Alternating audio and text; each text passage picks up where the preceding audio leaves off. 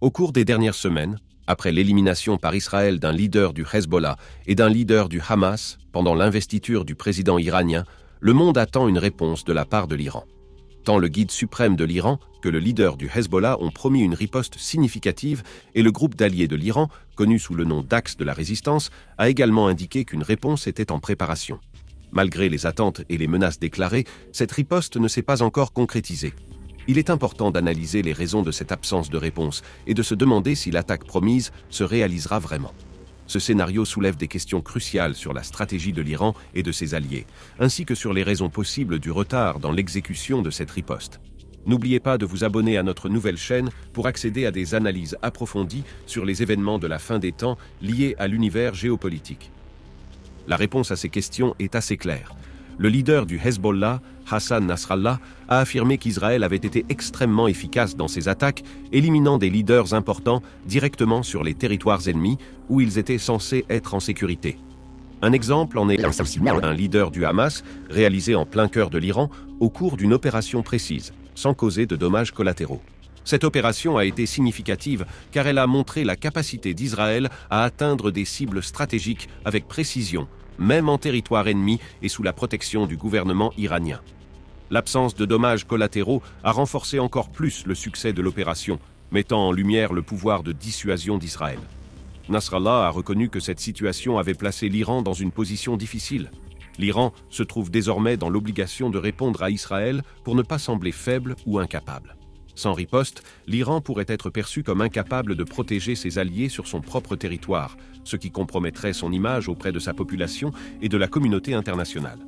Ainsi, la riposte iranienne est cruciale pour rétablir sa capacité de dissuasion et montrer sa force face à Israël.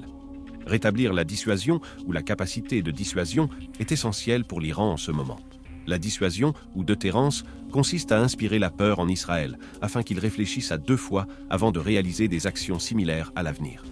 La stratégie de l'Iran doit démontrer clairement que toute action contre lui aura de graves conséquences. Ainsi, si Israël franchit de nouveau cette ligne, il saura que la réponse sera sévère. Cependant, il existe un équilibre délicat que l'Iran doit atteindre.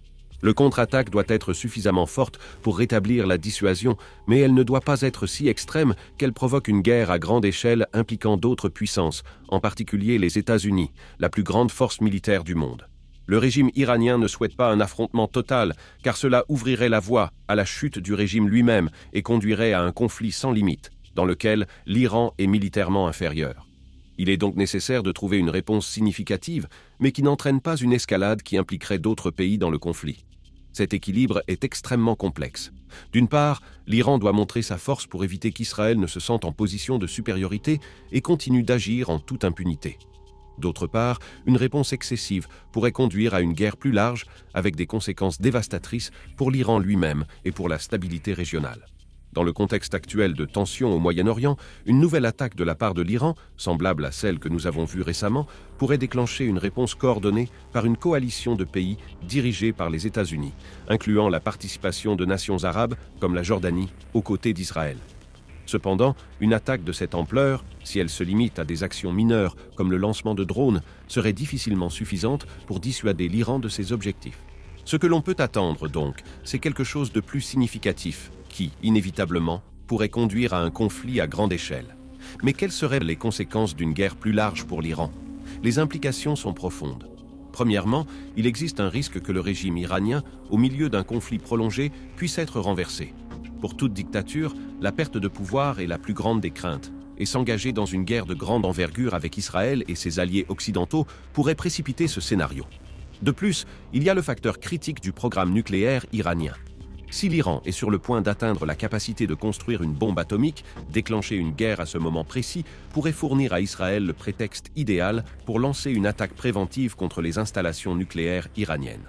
Au milieu du chaos d'un conflit, surtout avec les États-Unis déjà impliqués, Israël pourrait décider de détruire le programme nucléaire iranien sans subir les conséquences diplomatiques qu'une telle action isolée entraînerait normalement.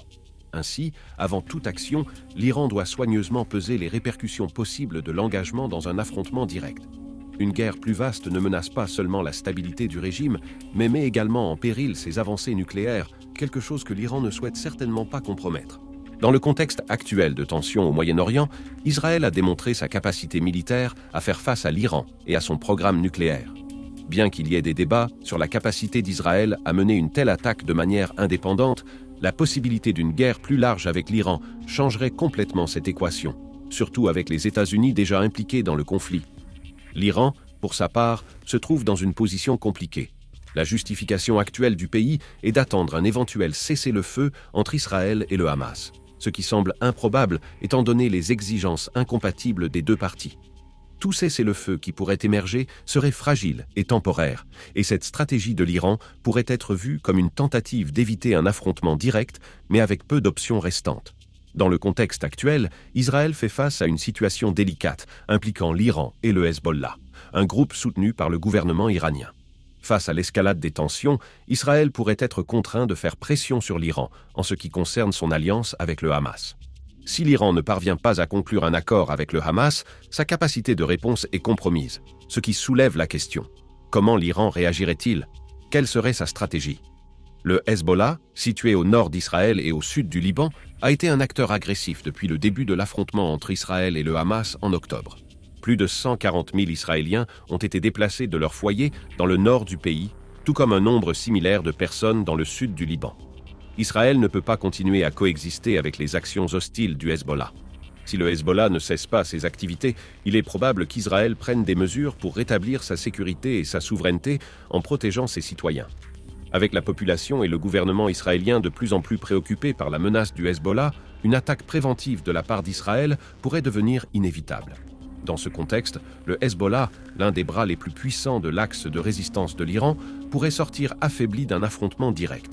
Cela mettrait l'Iran dans une position délicate, sans réponse efficace face à l'affaiblissement de son allié. Le scénario suggère qu'Israël se prépare à une action décisive qui pourrait redéfinir la situation géopolitique dans la région. Le Moyen-Orient reste une région de haute tension, avec plusieurs pays, dont la Russie, pressant l'Iran d'éviter une riposte plus sévère. L'inquiétude internationale est claire. Personne ne veut voir une guerre régionale se transformer en un conflit de grande envergure impliquant d'autres puissances mondiales. Avec la guerre en Ukraine toujours en cours, tant les pays européens que la Russie sont déterminés à éviter un nouveau foyer d'instabilité. La Russie, en particulier, a été ferme en conseillant à l'Iran de ne pas intensifier le conflit pour le moment. La crainte est qu'une riposte sévère puisse pousser l'Iran à agir de manière encore plus agressive dans de futurs affrontements, conduisant à une guerre plus vaste qui impliquerait plusieurs nations. Cette dynamique crée une situation délicate où l'absence de riposte maintenant pourrait aboutir à une escalade inévitable à l'avenir. Pendant ce temps, Israël peut penser qu'il se trouve en position de force, croyant avoir remporté une victoire significative. Cependant, la réalité est que la tension au Moyen-Orient n'a pas été apaisée. Au contraire, elle n'a été que retardée. Le conflit entre Israël et l'Iran reste latent, avec le potentiel d'une explosion encore plus grande à tout moment. Pour l'instant, l'absence de riposte iranienne signifie que la situation continue d'être discutée en coulisses, tous les acteurs concernés étant conscients que le Moyen-Orient est une région volatile, où chaque mouvement peut changer radicalement le scénario. Depuis le début des hostilités le 7 octobre, le conflit a été caractérisé comme une guerre régionale entre l'Iran et Israël, avec Gaza n'étant qu'un des foyers de cet affrontement plus large. Bien que la guerre n'ait pas encore dégénéré en un conflit de grande ampleur, la tension continue de monter, maintenant la région dans un état d'alerte constant.